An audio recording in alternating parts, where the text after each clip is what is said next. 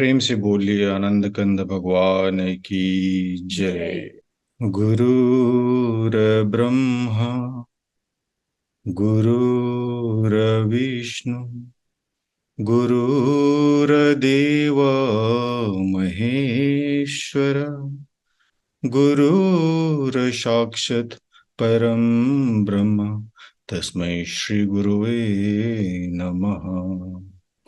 बंधु गुरुपद कंज कृपा सिंधु नररूप हरि महामोह तब पुंज जासु बचन रविकरणी कर अखंड मंडलाकारं व्याक्तं वेनं चराचरं तत्पदं दर्शितं वेनं तस्मै श्री गुरुवे नमः।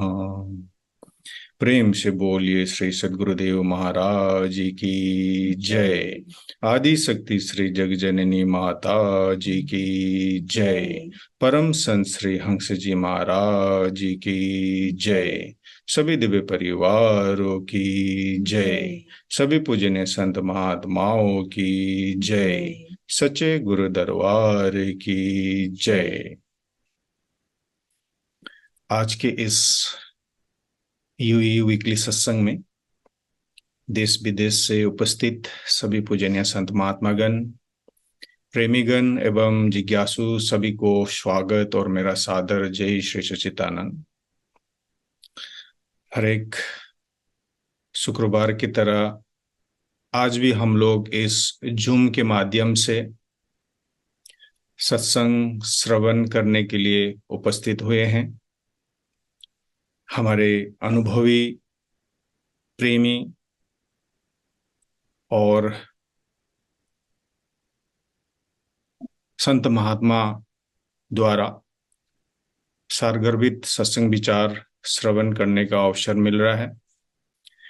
आप सबसे अनुरोध है कि इस जूम के जो लिंक है आप लोग अपने इष्ट मित्र को शेयर कर सकते हैं और उन्हें भी इस सत्संग में भागीदार बना के पुण्य कमा सकते हैं। तो चलिए आज के कार्यक्रम को शुरू करते हैं गुरु वंदना से।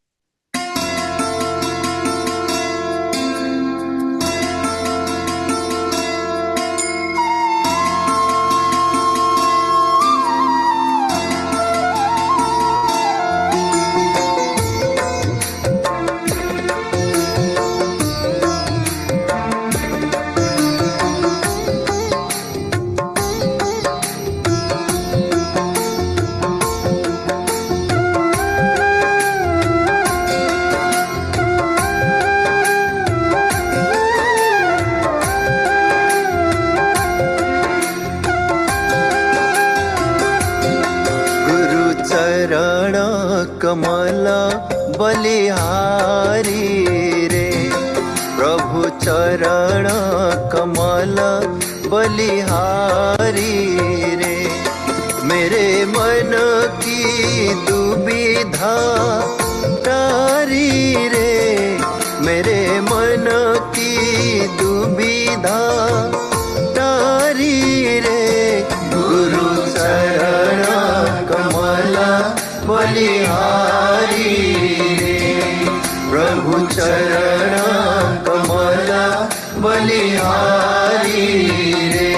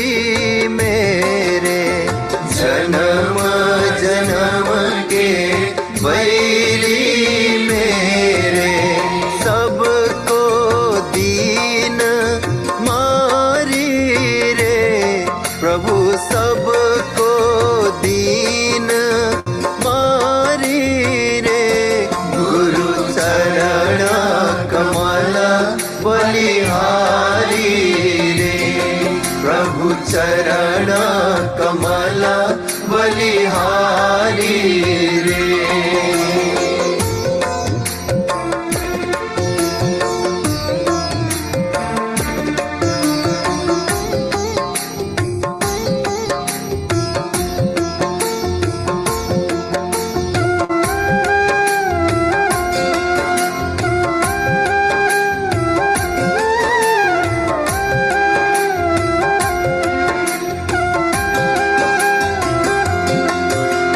द्वैत भाव सब दूर कराया, द्वैत भाव सब दूर कराया, पुराण ब्रह्मा एक दर्शाया, पुराण ब्रह्मा एक दर्शाया, घट घट ज्योत निहारी रे, प्रभु घट घट ज्योत निहारी रे, गुरु चरण कमल बलिहारी रे, प्रभु चरण कमल बलिहारी रे।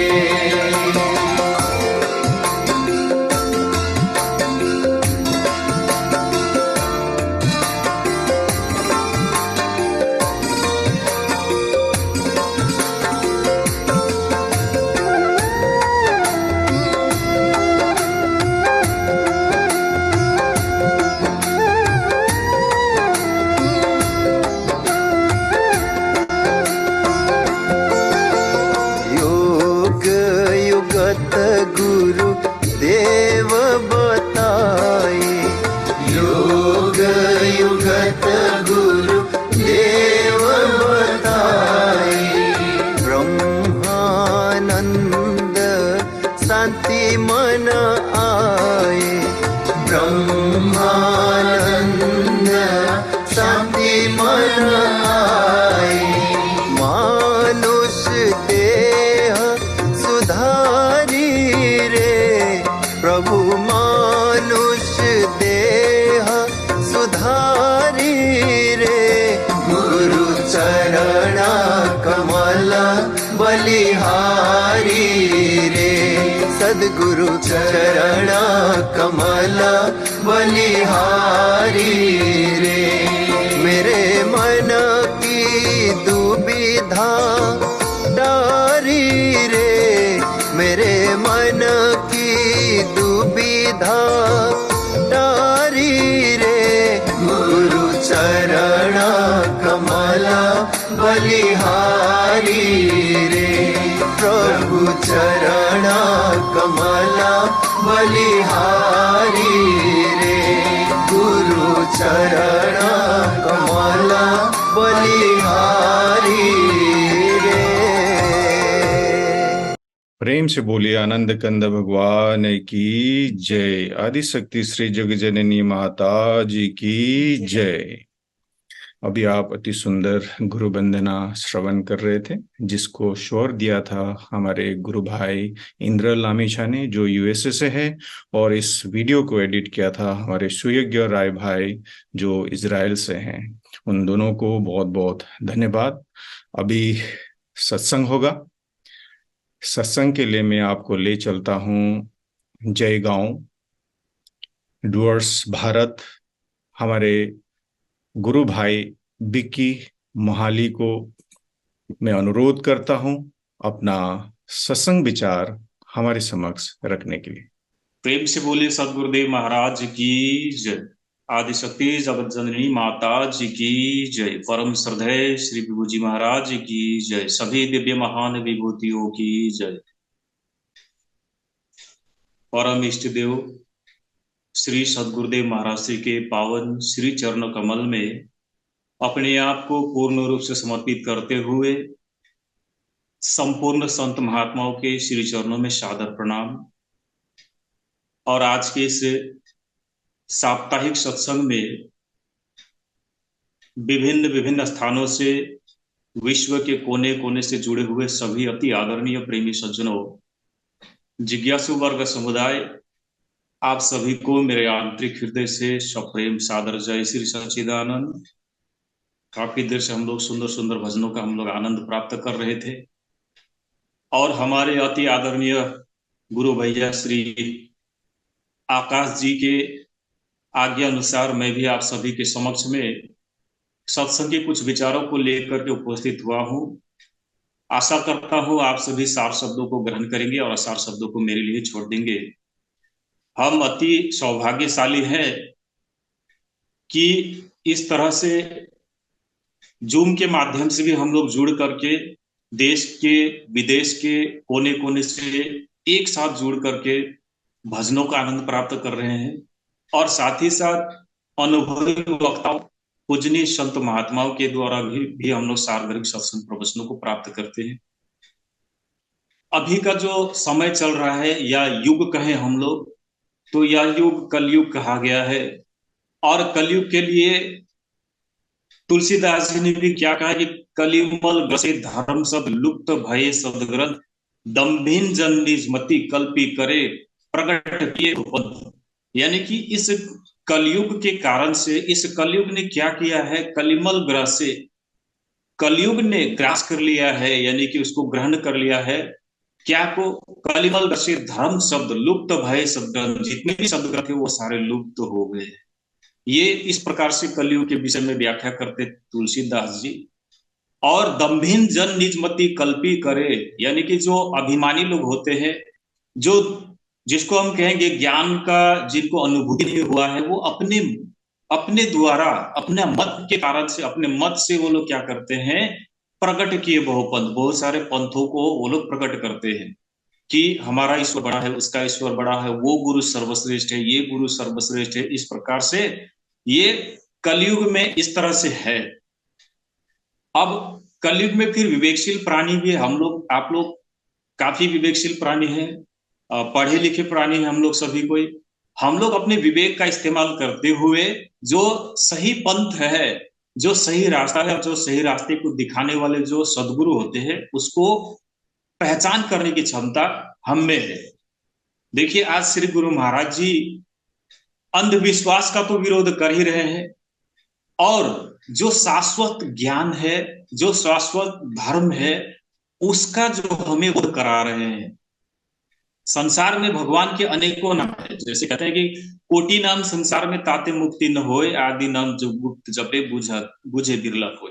क्या कहा कि कोटि नाम संसार में, अनेकों प्रकार के नाम है भगवान के।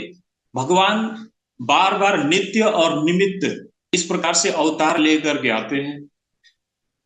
नित्य अवतार और निमित्त अवतार क्या? निमित्त अवतार का अर्थ जो हमने सुना है, वह किसी एक कारण को या एक समस्या को समाधान करने के लिए जब भगवान अवतार लेते हैं तो वो निमित्त अवतार होता है। जैसे कि हिरण्याक्ष का वध करने के लिए भगवान ने बराह रूप लिया था, हिरण्यकश्यप का वध करने के लिए भगवान ने नरसिंह रूप लिया था, इस तरह से। और जो नित्य अवतार होता है, जिसको हम भगवान श्री कृष्ण के रूप में कहते हैं, जिसको हम भगवान श्री राम के रूप में कहते हैं, और अब हम श्री सद्गुरुदेव महाराज जी के रूप में उन्हें जानते हैं, तो ये नित्य और निमित्त अवतार है। और प्रत्येक अवतारों में भगवान के नाम भी अनेक हुए।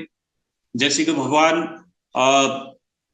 श्री राम कहते हैं, साथ ही साथ भगवान कृष्ण को कान्हा भी कहते हैं, कन्हैया कहते हैं, श्याम भी कहते हैं, वासुदेव भी कहते हैं। इस प्रकार से यानी कि संसार में कोटि नाम है, लेकिन क्या कहा कि ताते मुक्ति न होए, उससे मुक्ति नहीं होने वाली।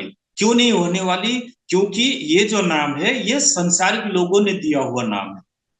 भगवान राम का जब जन्म हुआ तो उन्होंने स्वयं ये नहीं कहा कि मेरा नाम राम है, अब से दुनिया वालों मुझको राम कहकर पुकारो। या भगवान श्री कृष्ण ने जब जन्म लिया तो उन्होंने ये नहीं कहा कि मेरा नाम कृष्ण है, अब से दुनिया वालों मुझको कृष्ण कहो, अब से मुझे कन्हैया कहो। इस तरह से उन्होंने नहीं कहा, बल्कि कुटुंब वाले जो बुजुर्ग लोग थे वो लोग बैठ करके उनका नामकरण का संस्कार जो होता है वो किया। तब से दुनिया वालों ने उन्हें उसी नाम से पुकारा है। लेकिन उनका तो वास्तविक कुछ नाम होगा, हमारे दिए हुए नाम ही उनका परिचय है, ये हो नहीं सकता। भगवान का असली कोई अपना परिचय जरूर होगा। तो वो नाम को जब हम जपते हैं तो ही हमारा कल्याण हो सकता है। उस नाम को जपने के लिए क्या कहा, आदि नाम जो गुप्त जपे। गुप्त जपे का मतलब क्या होगा, सबको जनाना नहीं है इसमें।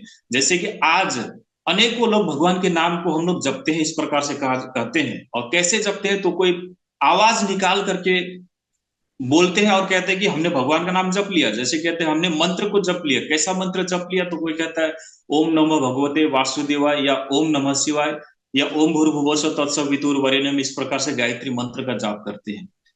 लेकिन हमें क्या बताया गया, हमने संतों के माध्यम से क्या सुना कि आदि नाम जो गुप्त जपे। गुप्त जपे का मतलब क्या होता है, गुप्त माने क्या होता है, छिपा। गुप्त माने होता है एक सीक्रेट होता है, जिसको कहते हैं हम लोग एक रहस्य वाला होता है। या हम उसे एकांत में जा करके, एकांत में रह करके हम उस नाम का जप करें, सुमिरन करें। और जब हम सुमिरन करेंगे तो हमारे साथ में जो रहेगा उसको पता तक नहीं चलेगा हम कौन सा नाम को जप रहे हैं। ये होता है गुप्त नाम। और आज यदि माइक लगाकर उस नाम को बोला जाए तो फिर वो गुप्त नाम हो ही नहीं सकता। तो गुप्त नाम इस प्रकार से है कि हम उसे अंतर्मुखी होकर के उस नाम को स्मरण कर सकते हैं। जिसको क्या कहा है कि अब सुमिरन सुरति लगाए के मुख से कुछ न बोल। सुमिरन सुरति लगाए के मुख से कुछ न बोल, बाहर के पट डाल के अंदर के पट खोल। यानी कि पट का मतलब क्या हो, पट का मतलब दरवाजा हुआ। बाहर के पट डारी के, बाहर के दरवाजों को छोड़ करके अंदर के पट खोल। अंदर का पट कहने का मतलब होता है ईश्वर कहाँ है, भगवान कहाँ है। तो सभी कोई नॉर्मली यही कहते हैं कि भगवान तो हमारे हृदय में, हमारे दिल के अंदर है, मन में ही भगवान है। अब अगर मन या हृदय या दिल में भगवान है तो वो है कहाँ, वो चीज है कहाँ। तो सभी को पता है, विज्ञान के हिसाब से भी हम कहेंगे हमारा हार्ट तो यहाँ पे है ना, दिल तो यहीं पे है, यानी कि शरीर के अंदर है। तो भगवान भी तो शरीर के अंदर हुए। तो अंदर प्रवेश करने के लिए जो द्वार होता है वही उसी को कहा गया, बाहर के पट डारी के अंदर के पट खोल। वो दरवाजे को खोलना पड़ेगा तो हम भगवान को अनुभव कर सकते हैं। और सुमिरन सुरति लगाए के मुख से कुछ ना बोल कहा, यानी कि मुख से बोलने की आवश्यकता नहीं है भगवान के नाम को जपने के लिए। ये हम एकांत में, और या तो हम सैकड़ों लोगों के बीच में भी नाम का सुमिरन करेंगे तो उन्हें पता तक नहीं चलेगा कि हमने क्या नाम को जपा। ये वास्तविक नाम है। और इस नाम को हम जानते हैं, हम भक्ति जो है वो सब नहीं कर सकते, कर सकते हैं। और जिनको गुरु की जीवन में सदगुरु महाराज प्राप्त हो जाते हैं, एकमात्र उन्हीं को भगवान आदि नाम प्राप्त होता है, जिस नाम को हम लोग जप सकते हैं। और संतों ने तो ये भी कहा कि बेटा सोवत जागत नाम सब है तीन के काम। उठते हुए, बैठते हुए, सोते हुए, जागते हुए हर समय भगवान का नाम को जपा जा सकता है। और कृपा से ये आप सभी भी कर जब कर सकते हैं इस नाम का। एक स्टूडेंट एग्जाम के हॉल में बैठे बैठे भी भगवान के नाम स्मरण कर सकता है।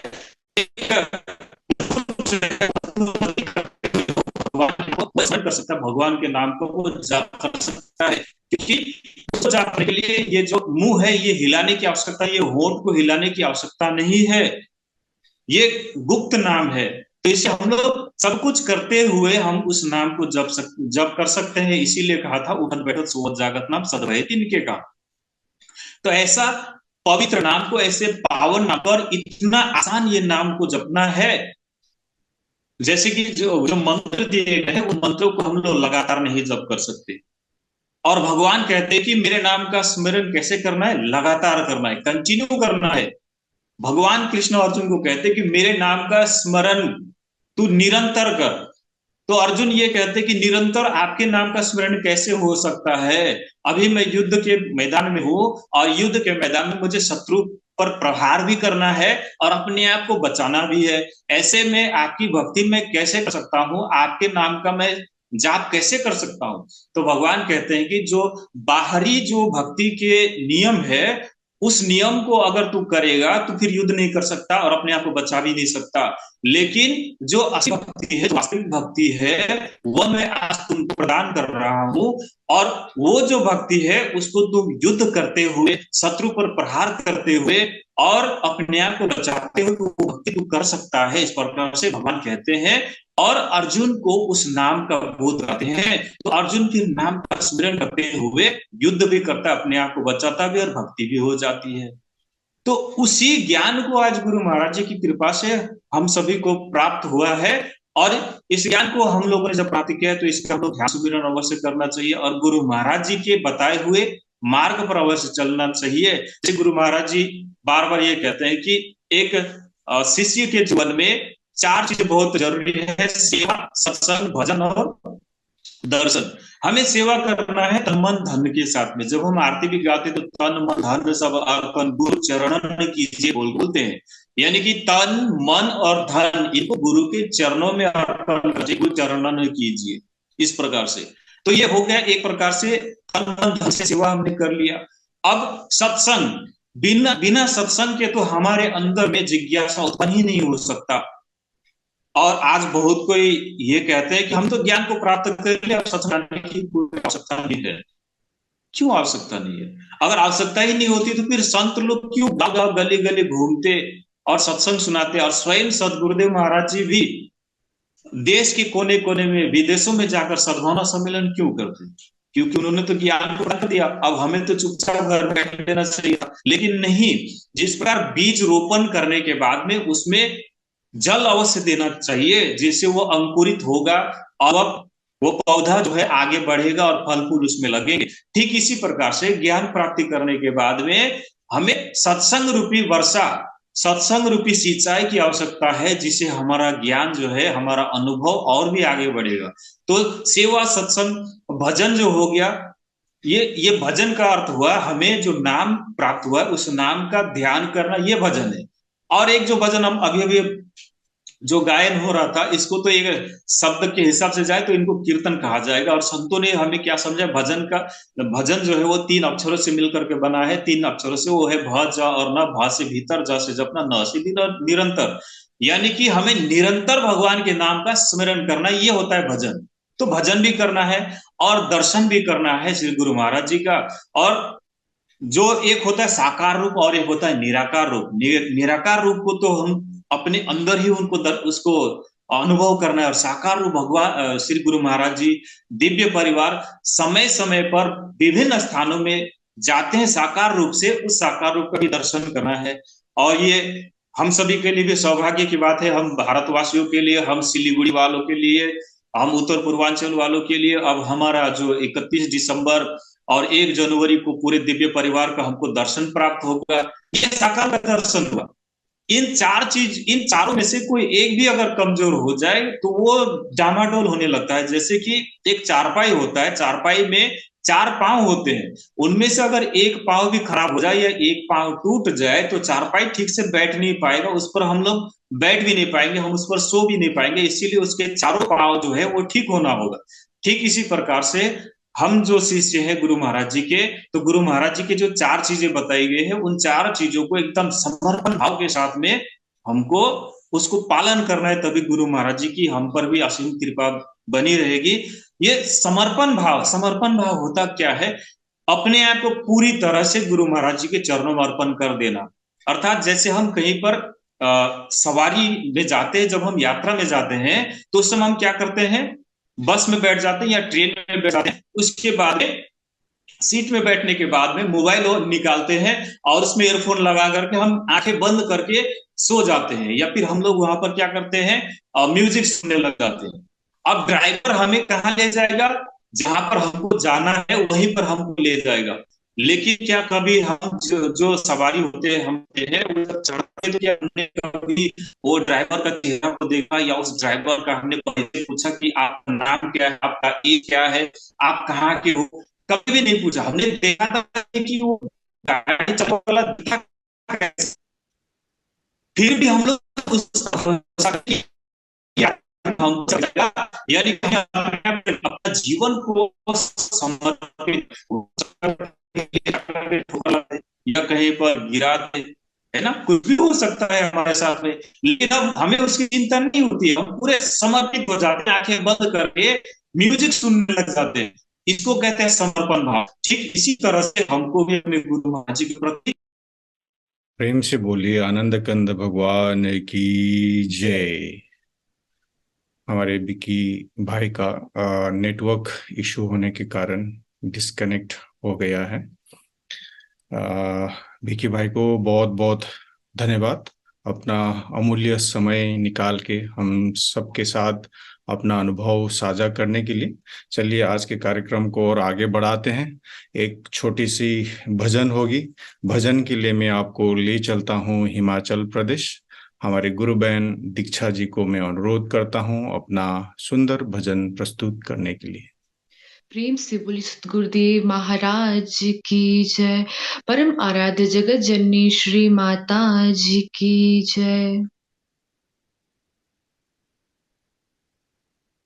जरा देर ठहरो राम, जरा देर ठहरो राम, तमन्ना यही है अभी हमने जी भर के देखा नहीं है, अभी हमने जी भर के देखा नहीं है। जरा देर ठहरो राम, जरा देर ठहरो राम, तमन्ना यही है अभी हमने जी भर के देखा नहीं है, अभी हमने जी भर के देखा नहीं है। कैसी घड़ी आज जीवन की आई, कैसी घड़ी आज जीवन की आई, अपने ही प्राणों की करते विदाई, अपने ही प्राणों की करते विदाई। अब अयोध्या, अब अयोध्या हमारी नहीं है, अभी हमने जी भर के देखा नहीं है, अभी हमने जी भर के देखा नहीं है। जरा देर ठहरो राम, जरा देर ठहरो राम, तमन्ना यही है अभी हमने जी भर के देखा नहीं है, अभी हमने जी भर के देखा नहीं है। माता कौशल्या की आंख की तारे, दशरथ जी के वो राज दुलारे, माता कौशल्या की आंखों के तारे, दशरथ जी के वो राज दुलारे, कभी अयोध्या, कभी अयोध्या भुलानी नहीं है, अभी हमने जी भर के देखा नहीं है, अभी हमने जी भर के देखा नहीं है। जरा देर ठहरो राम, जरा देर ठहरो राम, तमन्ना यही है अभी हमने जी भर के देखा नहीं है, अभी हमने जी भर के देखा नहीं है। राम जी जाते वन को लखन जा रही है। सुन के सिया के आंसू वही जा रही है। राम जी जाते वन को लखन जा रही है। सुन के सिया के आंसू बही जा रही है। अब अयोध्या, अब अयोध्या हमारी नहीं है। अभी हमने जी भर के देखा नहीं है। अभी हमने जी भर के देखा नहीं है। जरा देर ठहरो राम, जरा देर ठहरो राम, तमन्ना यही है। अभी हमने जी भर के देखा नहीं है। अभी हमने जी भर के देखा नहीं है। अभी हमने जी भर के देखा नहीं है। प्रेम से बोली सतगुरुदेव महाराज की जय। श्री रामचंद्र भगवान की जय। प्रेम से बोलिए श्री सद्गुरुदेव महाराज जी की जय। हमारे गुरु बहन दीक्षा जी को अति सुंदर भजन प्रस्तुत करने के लिए बहुत बहुत आभार और धन्यवाद। चलिए अभी सत्संग होगा। सत्संग के लिए मैं आमंत्रित करता हूं हमारे पूजनीय महात्मा अंगिराबाई जी, जो सूरत आश्रम गुजरात से जुड़े हुए हैं। अखंड मंडलाकारं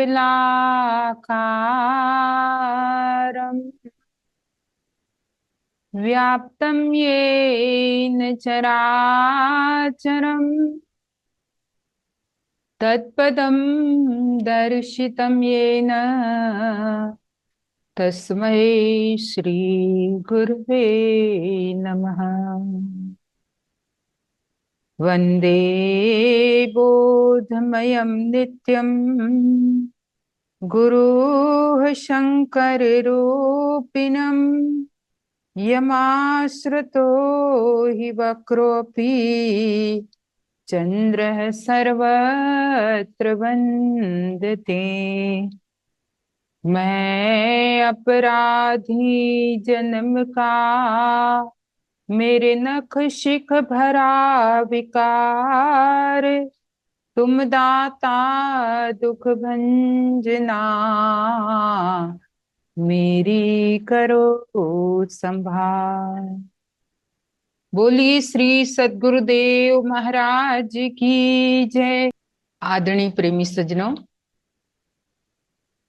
और भक्तिमती माताओं तथा बहनों, काफी देर से हम सभी लोग सत्संग और अभी अभी दीक्षा के द्वारा भजन श्रवण कर रहे थे। बहुत दिनों के बाद इस यूएई वीकली सत्संग में ज्वाइन होने का मौका मिला।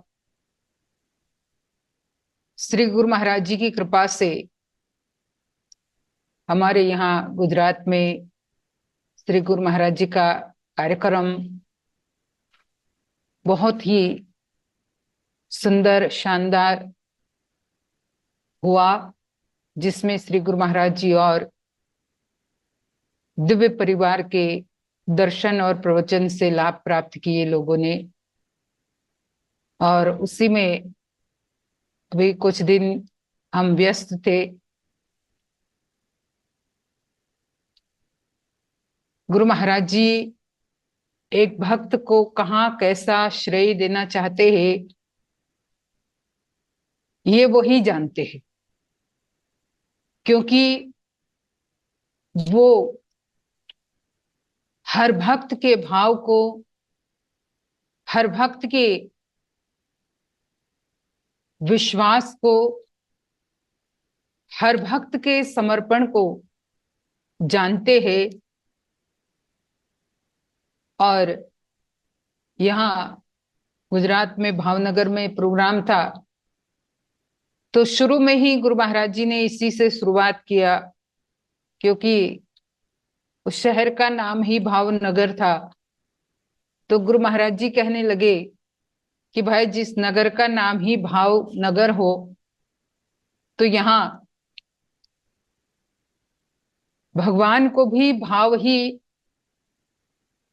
पसंद है, भगवान भी भाव से ही प्रसन्न होते हैं।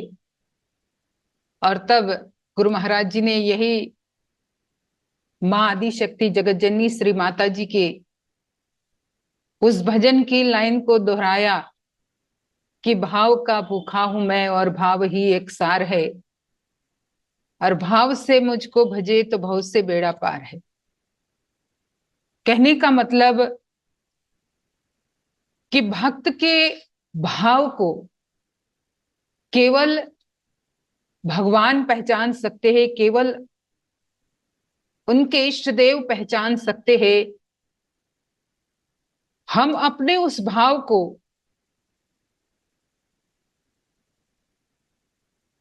निर्मल और पवित्र करना चाहते हैं, तो केवल एक ही मार्ग है कि अपने आप को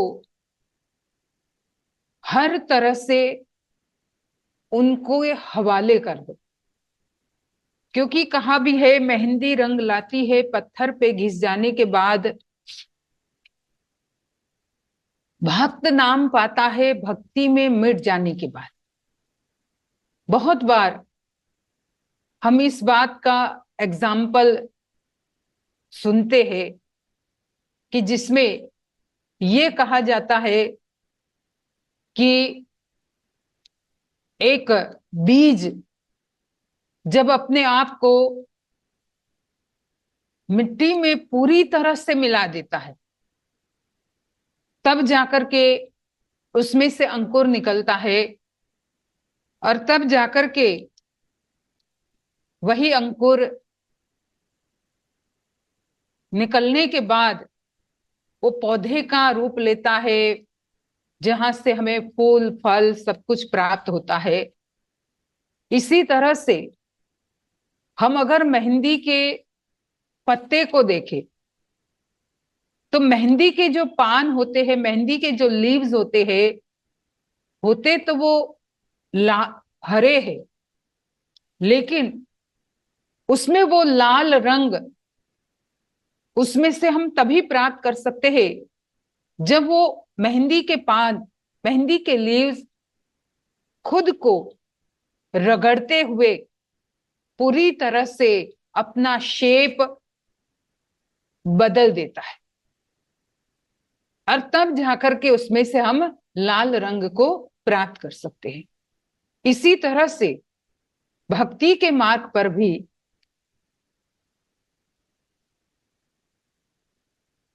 हम अगर भक्ति की लाली को प्राप्त करना चाहते हैं, भक्ति की वो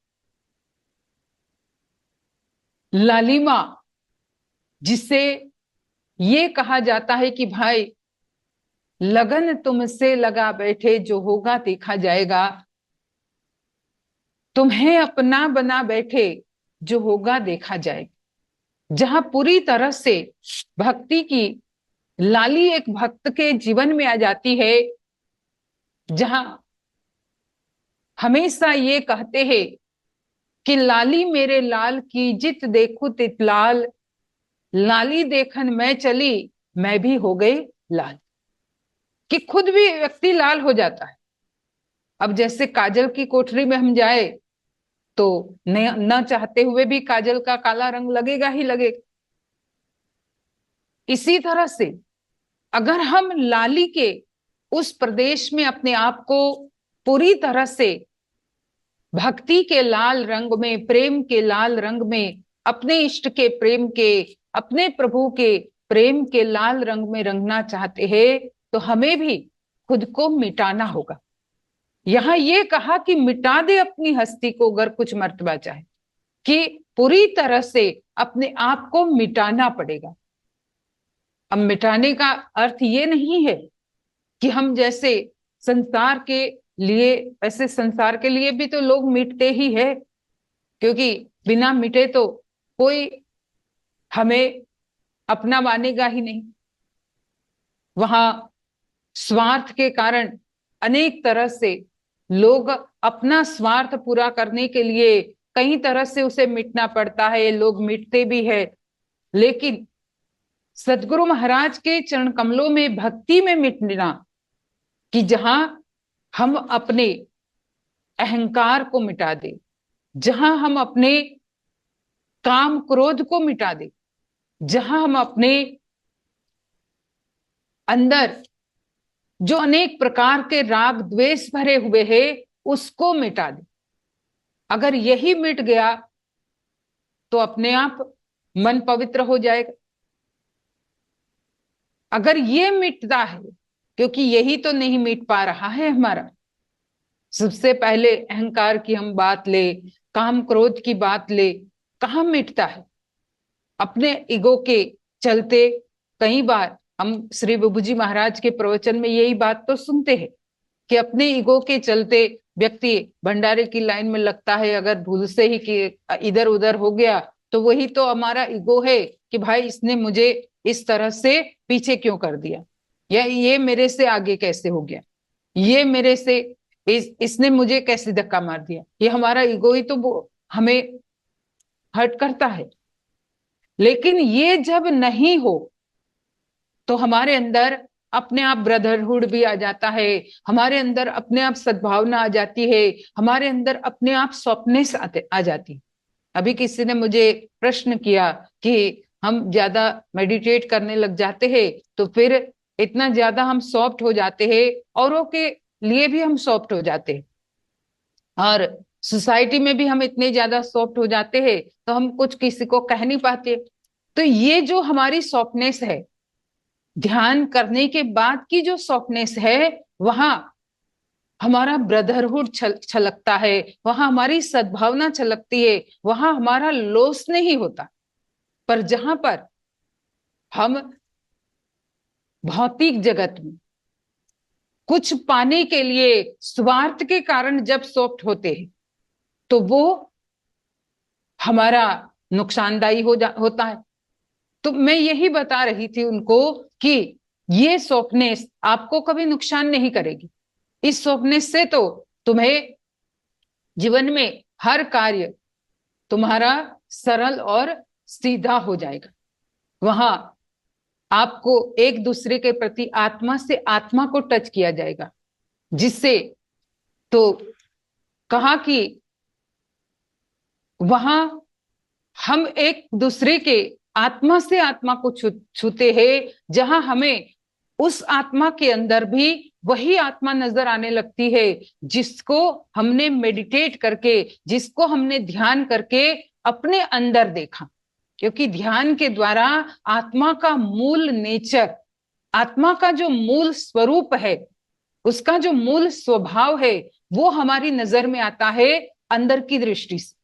और जब अंदर की दृष्टि से वो नजर आने लगता है तो हमें वही आत्मा का स्वरूप, आत्मा का स्वभाव औरों के अंदर भी दिखने लगता है।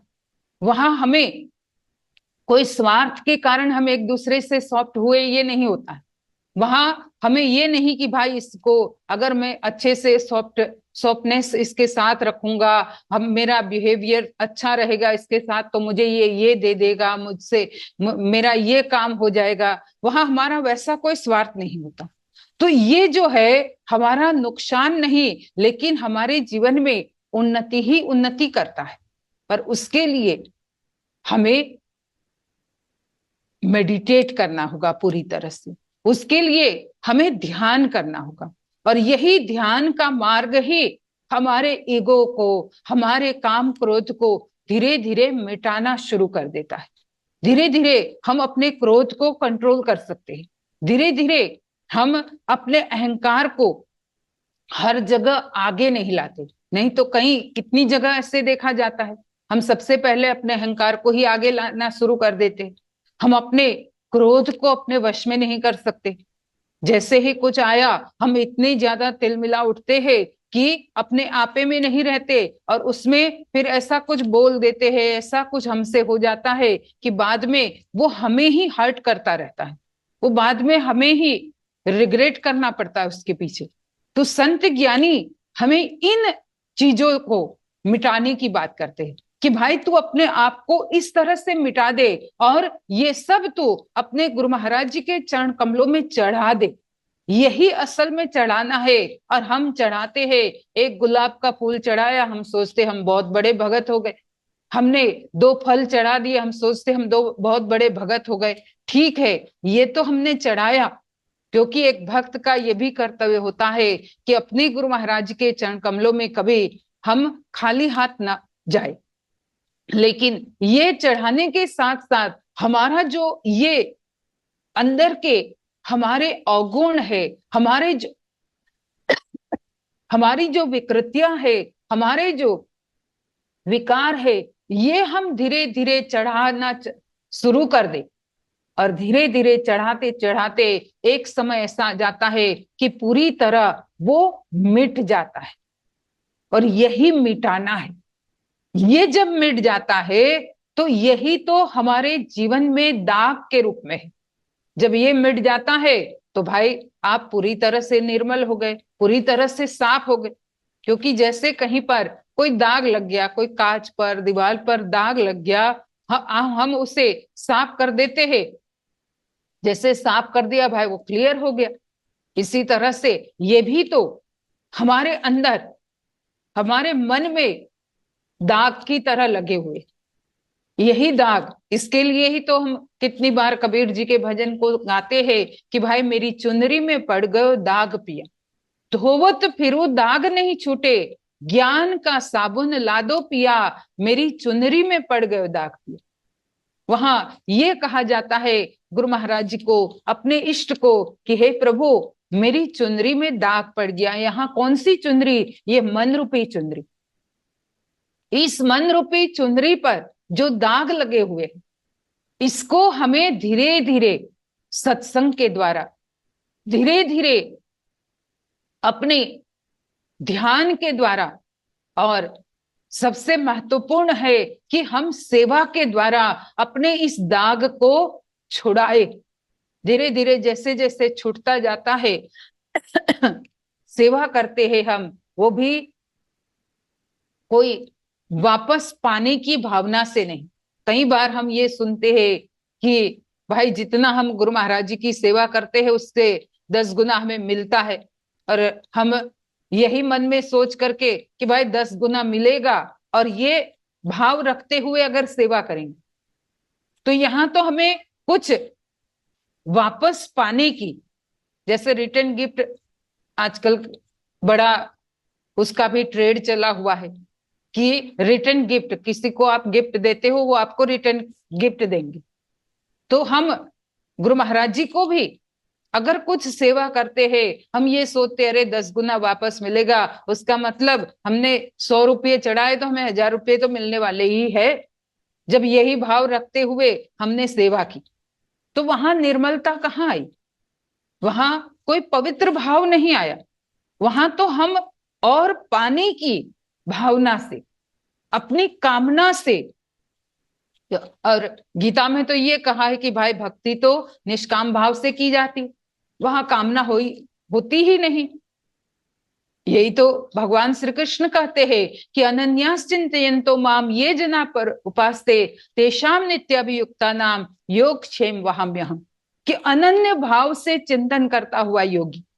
वहां ये नहीं कहा कि आपके अंदर और प्रकार के जो भी भाव है उसको लेकर के आप अगर अपने इष्ट को पूजते हो, अपने इष्ट के नाम का चिंतन करते हो, स्मरण करते हो, तो आपका हर प्रकार से क्षेम कुशल होता है, वो वहन करते।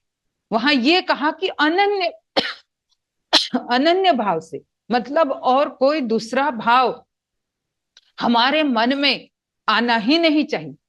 तो ये जो भाव है, ये करते हुए निर्मल भाव से, निष्काम भाव से जब सेवा की जाती है, और उसके साथ साथ जब रेगुलर रूप में हम सत्संग में ज्वाइन होते हैं, सत्संग अटेन करना भी अपने आप में एक भक्त के लिए, क्योंकि जब हमने ज्ञान नहीं लिया तब तो हम जानते ही थे कि भाई हमें बार बार सत्संग के लिए प्रेरित किया जाता था, बार बार हमें ये कहा जाता था कि बिना सत्संग के तुम्हें ज्ञान नहीं मिलेगा, और सुनो और सुनो, हमें ये कहा जाता था। और हम सभी लोगों ने सुने ही है सत्संग।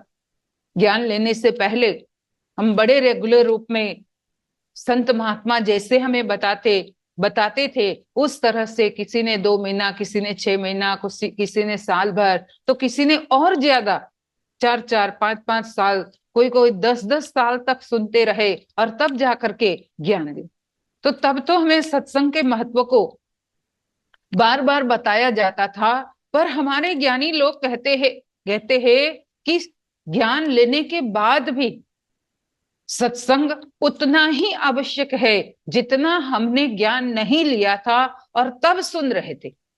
क्योंकि अब जो हम सत्संग सुनते हैं वो सीधा हमें ज्ञान की समझ देने लगता है। उस समय ज्ञान की प्राप्ति करवाई सत्संग ने, सत्संग के द्वारा हमने ज्ञान को जाना, ज्ञान को पाया। लेकिन अब सीधा वो ज्ञान की समझ, ज्ञान की अंडरस्टैंडिंग, क्योंकि ये भी अपने आप में बहुत जरूरी है भाई। बिना अंडरस्टैंडिंग के, ज्ञान की अंडरस्टैंडिंग, स्पिरिचुअलिटी की अंडरस्टैंडिंग अगर नहीं है तो भी हम उतना अच्छे से ध्यान नहीं कर पाएंगे। अगर उसकी हमें समझ है तो अच्छे से हम बैठ करके ध्यान कर पाएंगे। उसकी समझ के लिए सत्संग बहुत जरूरी है एक भक्त के लिए। और ये हमें गुरु महाराज जी भी बार बार समझाते हैं।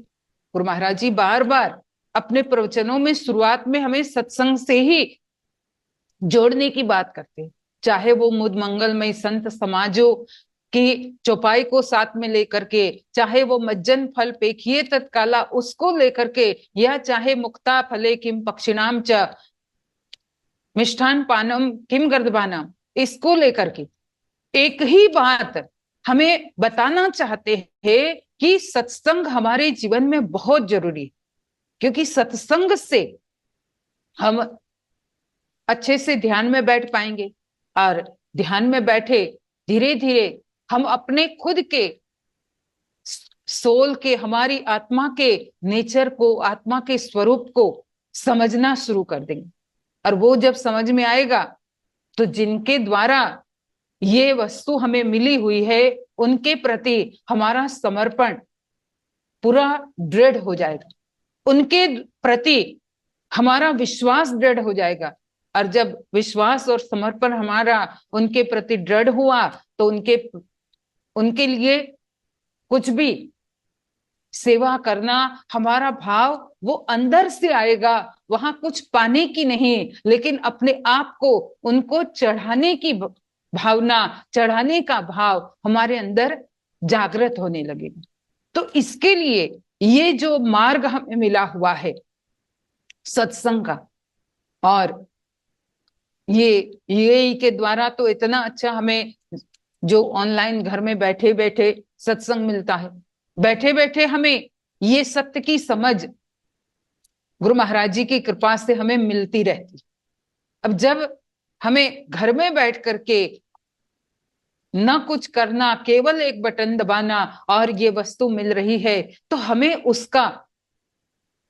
उसके प्रति ग्रेटिट्यूड रहना चाहिए, उसका एहसान अपने जीवन में पॉजिटिवली लेना चाहिए कि हमें जो मिल रहा है उसे हम अपने जीवन में पूरी समर्पण तरह से उसे अपनाए। और जब ये करते रहेंगे और सत्संग से हमेशा जुड़े रहेंगे तो कभी भी हमारे मन में कोई दूसरा तीसरा चौथा भाव नहीं आएगा, केवल एक ही भाव आएगा, निर्मल भाव, जहां मिटाने की भावना रहेगी। तो संत ज्ञानी हमें यही बार बार समझाना चाहते, बार बार हमें यही सत्य का मार्ग हमें बताना चाहते। अभी अभी हम भाई के द्वारा, जो पहले स्पीकर थे, उनके द्वारा सत्संग सुन रहे थे, तो उन्होंने बड़े अच्छे से भगवान के नाम की और जो 4 क्रियाओं की बात कही कि गुरु महाराज जी के द्वारा हमें ये जो मिला हुआ है, ये सचमुच में बहुत बड़ी चीज है, बहुत हम सौभाग्यशाली हैं। क्यों? वो इतने ज्यादा उसका महत्व, उसकी महिमा सुना रहे थे, और उन्हें ये भी पता है कि ज्यादातर इसमें प्रेमी लोग ही जुड़े हुए हैं। फिर भी वो ये बात इसलिए बता रहे थे कि वो अपना वो भाव प्रकट करना चाहते थे कि संसार में बहुत कम लोग हैं पूरे विश्व में कि जिसने इस चारों तत्व से अपने आप को जोड़ा हुआ है। नहीं तो ट्रिलियन, कितने करोड़ों लोग इस संसार में है, और करोड़ों लोग आज स्पिरिचुअलिटी की बात करते भी है। अभी सुबह मैं उधर जिनीवा में कैस्केड के द्वारा सत्संग वहां होता है, तो वहां उसमें जुड़ी हुई थी, उसके साथ एक उसकी फ्रेंड भी थी, तो बता रही थी कि जब मैंने ये बात सुनी सत्संग में कि फूल जो है वो, धर्म जो है वो फूल है, और स्पिरिचुअलिटी जो है, अध्यात्म जो है, वो उसका परफ्यूम है, वो उसकी खुशबू है।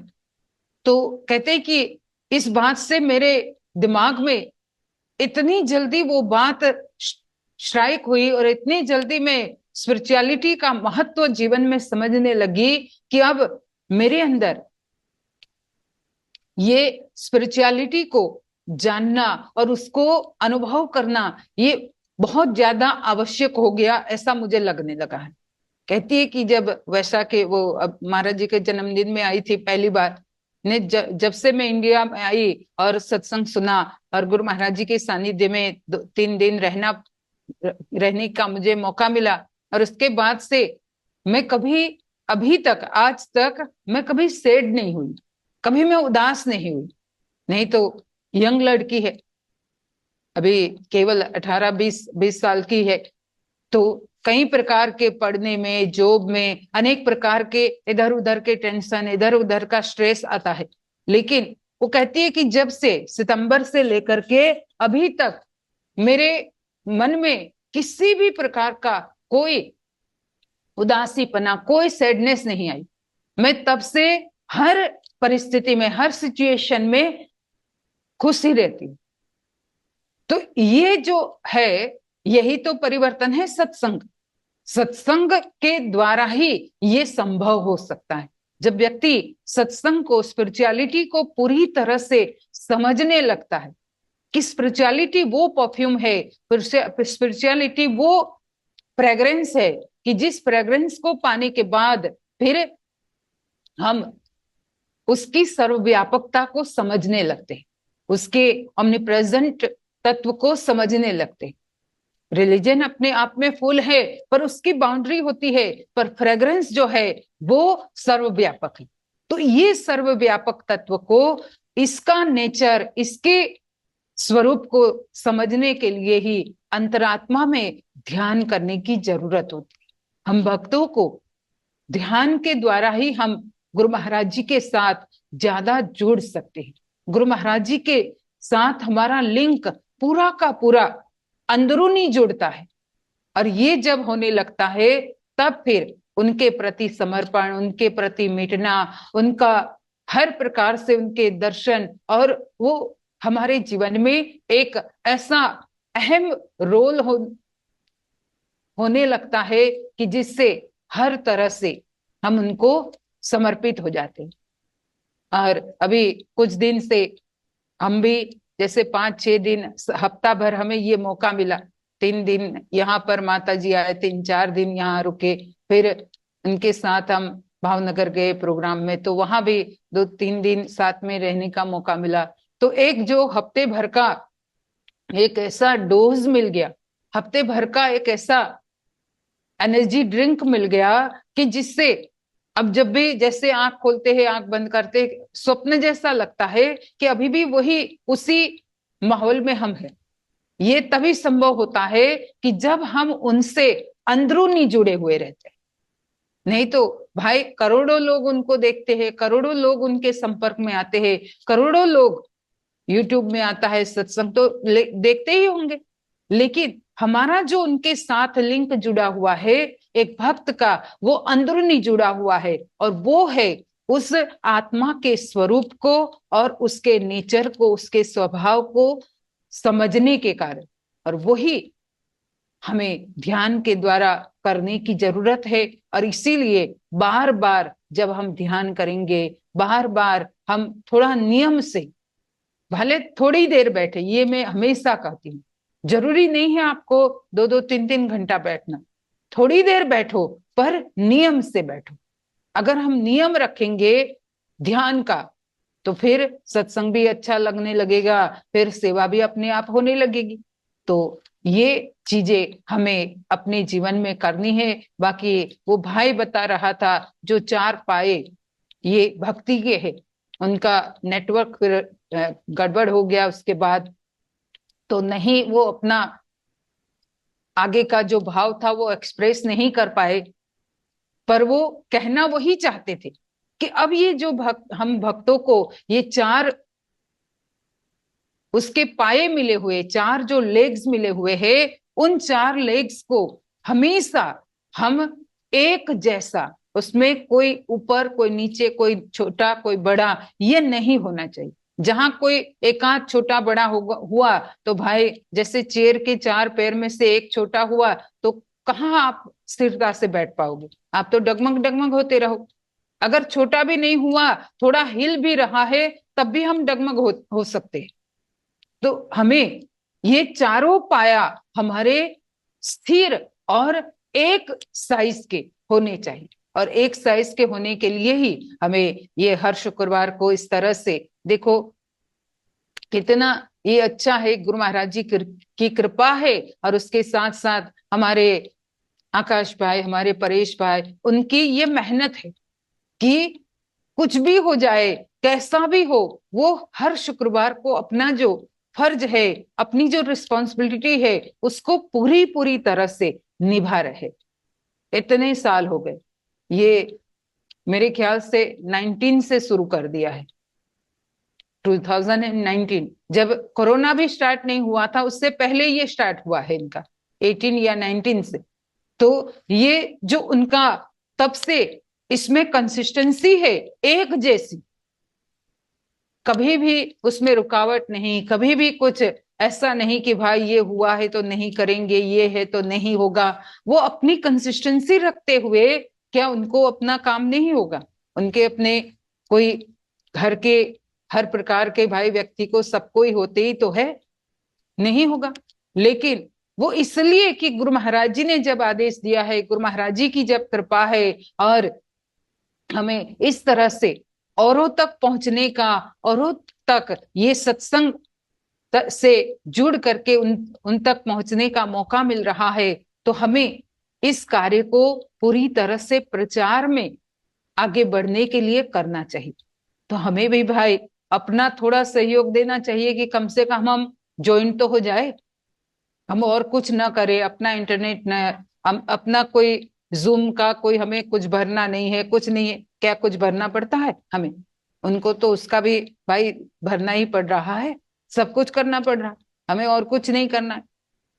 अगर ये 1-1.25 घंटा हम ये नहीं इसमें नहीं ज्वाइन हो तो भाई कहीं ना कहीं तो मोबाइल में आप इंटरनेट को जोड़ करके कुछ ना कुछ तो करते ही रहते होंगे, कुछ नहीं तो गेम खेलते आज लोग। तो इससे अच्छा ये हफ्ते में हम कम से कम 1.25 घंटा पूरी तरह से इसमें इस यूएई सत्संग में जुड़ करके जब उसका लाभ लेते हैं, तो इसी से हम थोड़ा बहुत अपना ज्ञान प्रचार में सहयोग देते हुए गुरु महाराज जी का जो ये मिशन है, जिस मिशन का जो एम है कि मानव मानव उस सत्य को जाने, संसार का हर जीव उस सत्य तक पहुंचे, तो ये हम कर सकते हैं। तो इसीलिए हर शुक्रवार को हम सभी लोग इस तरह से सत्संग में जुड़े और ज्ञान प्रचार में अपना साथ दे, खुद भी सुने, कि जिससे हमारे जीवन में एक जो कोई भी कुछ कमी रह जाती है, क्योंकि कितनी कमियां है। अगर एकाध सत्संग सुनते हैं तो कोई एकाध शब्द हमारे जीवन में ऐसे लगता है कि जिससे उस कमी को हम सुधारने के प्रति थोड़ा जागृत हो सकते हैं।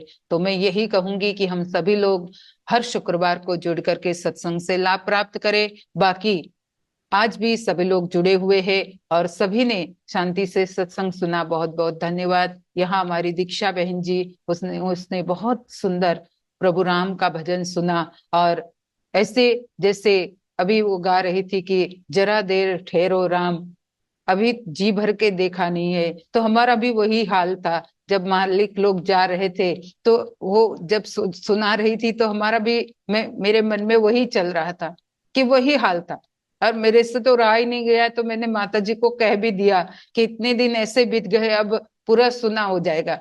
तो माता जी कहते वो तो होता ही है, इतने दिन जब साथ में रहते हैं तो उनके तो जितने भी हमें सानिध्य मिले, दर्शन मिले, एक भक्त के लिए तो कमी होता है, पर उनकी अपनी भी रिस्पॉन्सिबिलिटी होती है, महापुरुषों के अपने कर्तव्य कर्म होते, वो इसी से तो हमें प्रेरणा देते हैं कि हमें भी अपने कर्तव्य कर्मों से कभी भी अपना मन मोड़ना नहीं चाहिए। अपने कर्तव्य कर्मों से हमें हमेशा जुड़ करके रहते हुए, कर्म करते हुए अपने जीवन को सफल और सार्थक बनाना है। तो दिशा को भी बहुत बहुत धन्यवाद, हमारे भाई जयगांव से जो जुड़े हुए थे उनको भी बहुत बहुत धन्यवाद। और अब आगे का जो कार्यक्रम होगा आप लोगों के समक्ष रखा जाएगा।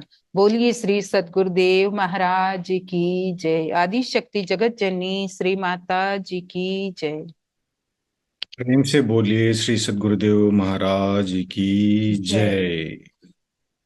हमारे पूजनीय महात्मा अंगिराबाई जी, जो गुजरात सूरत आश्रम से जुड़े हुए थे, बाई जी ने बहुत ही मार्मिक सत्संग विचार से हम सबको लाभान्वित किया। बाई जी को बहुत बहुत धन्यवाद। हमारे बिक्की महाली भाई को भी बहुत बहुत धन्यवाद। हमारी दीक्षा बहन को भी बहुत बहुत धन्यवाद अति सुंदर भजन प्रस्तुत करने के लिए। और आज देश विदेश से जितने भी महानुभाव जुड़े हुए हैं, आप सबको भी बहुत बहुत हृदय से धन्यवाद देना चाहते हैं। आज तो मुझे लगा कि बाई जी ने मेरा मन का बात ही पढ़ लिया, क्योंकि आज मैं हमारे जो यूएई में जितने भी प्रेमी हैं, लगभग 150 से ज्यादा ही होगा प्रेमी, लेकिन ये यूई वीकली सत्संग में मैं देख रहा हूं कि 5 या 6 खाली ज्वाइन हुए हैं। बाकी सबको मैसेज भी मिलता है ग्रुप में, लेकिन फिर भी किसी कारणवश हम समझते हैं कि किसी का नाइट ड्यूटी होता है, किसी का डे ड्यूटी होता है, और यहाँ का काम का जो माहौल है वो डिफरेंट है। लेकिन फिर भी हम रिक्वेस्ट करना चाहते हैं यूएई की जितने भी भाई बहन हैं, प्रेमी भाई बहन हैं, अगर समय मिलता है तो आप लोग जरूर लाइव सत्संग में भी जुड़े और इस सत्संग का आनंद लें। आप लोगों के लिए ही ये जूम का जो कार्यक्रम है फॉर्मेट बनाया हुआ है कि आप घर बैठे ही, क्योंकि आश्रम नहीं है, तो आप घर बैठे ही संत महात्माओं का दर्शन कर सकते हैं। अभी हमने बाई जी का दर्शन किया, बाई जी ने गुरु महाराज जी का दर्शन करके आया, तो हम समझते हैं कि हमने गुरु महाराज जी का दर्शन ही कर दिया बाई जी के थ्रू। तो ऐसी भाव हमारी जरूर होना चाहिए। तो सभी प्रेमियों को अनुरोध करना चाहते हैं कि आप लोग भी जरूर जुड़िएगा, क्योंकि ये रिकॉर्डेड सत्संग तो आपको यूट्यूब में दिखते ही हैं, लेकिन लाइव में जब आते हैं तो उसका प्रभाव, उसका अनुभव अलग होता है। तो आप सबसे फिर से मैं रिक्वेस्ट करना चाहता हूं कि जूम सत्संग ये जो लाइव है इसमें जरूर जुड़े और आनंद लें। आज के कार्यक्रम को हम लोग यहीं पर समाप्त करते हैं एक छोटी सी प्रार्थना से। मैं भाई जी को अनुरोध करता हूँ प्रार्थना के लिए। बोली श्री सद्गुरुदेव महाराज की जय। त्वमेव माता च पिता त्वमेव, त्वमेव बन्धुश्च सखा त्वमेव, त्वमेव विद्या द्रविणं त्वमेव, त्वमेव सर्वं मम देव देव, त्वमेव सर्वं मम देव देव, त्वमेव सर्वं गुरुदेव देव। भक्तिदान मोहि दीजिए गुरुदेवन के देव, और नहीं कछ चाहिए निश दिन चरणन सेव। बार बार वर मांगहूँ हर्ष देहु श्री रंग, पद सरोज अन पायनी भक्ति सदा सतसंग। आज भी आपका आशरा प्रभु कल भी आपकी आश, घड़ी घड़ी माशरा शरण पड़ा है दास। हे मेरे नाथ, आप अपनी सुधामयी सर्व समर्थ पतित पावनी अहेतु की कृपा से मानव मात्र के हृदय में विश्व बंधुत्व एवं विश्व शांति की उदार भावनाओं को जागृत करें, जिससे वे सुख दुख के बंधन से मुक्त हो, आपके पवित्र प्रेम का आस्वादन कर कृत कृत्य हो जाए, धन्य धन्य हो जाए। बोलिए श्री सद्गुरुदेव महाराज की जय। आदि शक्ति जगत जननी श्री माता जी की जय। परमाराध्य श्री अमृता माता जी की जय। सभी महान दिव्य विभूतियों की जय। सांचे दरबार की जय। सत्य सनातन धर्म की जय। थोड़ी देर सभी लोग नाम का स्मरण करें।